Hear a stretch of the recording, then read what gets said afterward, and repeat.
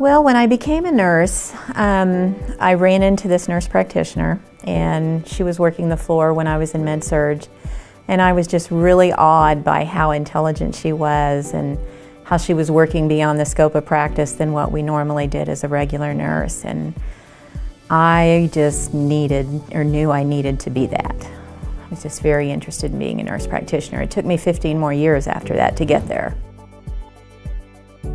Well, I think it is just that. It's the patient should be at the center of everything we do.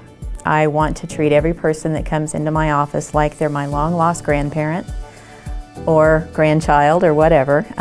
You know, they get my complete attention for whatever time they're there. They're the most important thing going on at that moment. So hopefully we work together as a team to try to make them better. Well, you need to find somebody who's consistent, who's been there a while, who looks at you, who touches you, who pays attention to what you have to say and isn't buried in their computer. We have a lot to do on the computer, but that person needs to be looking at you and touching you. I think our patients need and want to be physically touched. You know, part of medicine, part of nursing is the healing process, and part of that is touch.